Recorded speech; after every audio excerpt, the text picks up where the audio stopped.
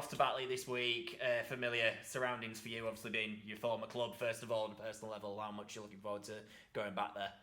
Yeah, it's always nice to go back. A lot of friends at Batley, as you mentioned, spent a lot of time there, both as a player, assistant coach and a coach. So it's a place that's obviously close to me and fond, got fond memories of my time there. But this week I'm fully focused on Sheffield Eagles and not Batley. And once the game's done and dusted, and hopefully we're smiling at the end of the game, then I can focus on the people that are there and catch up with some people not seen for a few weeks. The lads are obviously back in training tonight for the first time since that defeat at the weekend against Doncaster.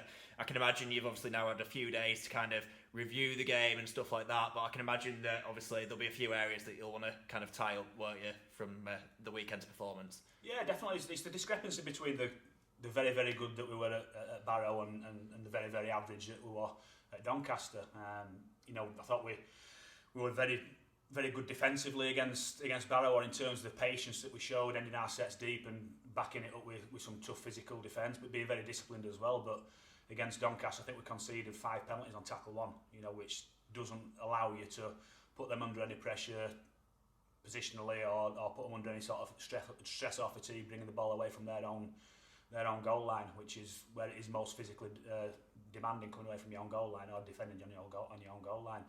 And I don't think Doncaster completed particularly in that second half. I think they completed about 60%, but we completed at 50%. So I think it were two pretty average teams in that second half, and obviously Doncaster had that scoreboard pressure from the first half. I can imagine, obviously, from that Barrow performance to then what obviously we had against Doncaster, inconsistency will be something that you'll be wanting to strike out the lads. As you say, you want a much better second half of the season.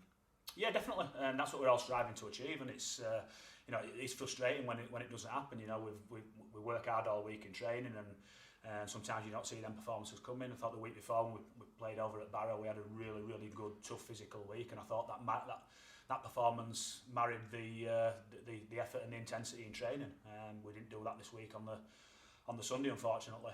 And it's about getting that consistency and gaining more consistency within our performance. And I've mentioned before the difference between our good and the difference between our bad is too big. We need to be aiming at a minimum of 7 out of 10 every week, and at the minute our goods are 8 and 9 out of 10, and our bads are 3, 4, 5 out of 10. So we need to make sure that difference comes down, and we need to be a lot more consistent. Batley not in the best form at the moment. As I say, you'll been there previously, you'll know a bit about what their squad has to offer.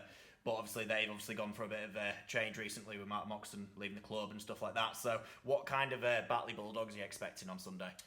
I'm expecting the kind of Batley Bulldogs that I know, which is it's tough, resilient, it's physical, playing them at their own ground. It's normally a very, very difficult task to go there. You always got the ultra contend with them.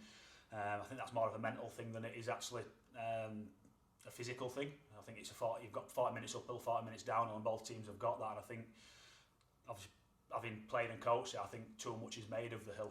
And I think sometimes you play better going uphill than you do downhill, because you play a little bit more within yourself and a little bit more percentage based when you're playing up the hill, because you think you've got to knock the sets out and complete high, and then there's a bit more pressure on you playing downhill because you think you've got to score points, particularly if you're going downhill in that first half. And sometimes that can impact on how you want to play, or how you do play.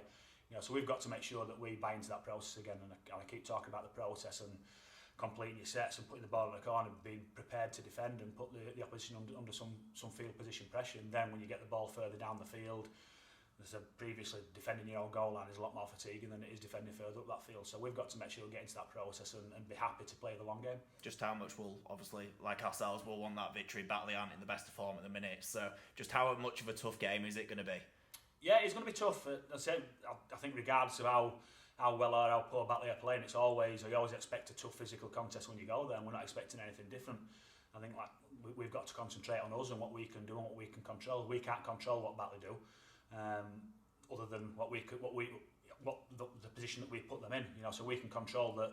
We can make them come away from their own goal line more often than not by completing our sets and kicking deep and having some good line speed and some physicality in that defensive element of the game. So we can control what we make them do. We can't control how they prep, how they prepare, and how they perform to a certain extent. So the focus has got to be on us and making sure that we are better.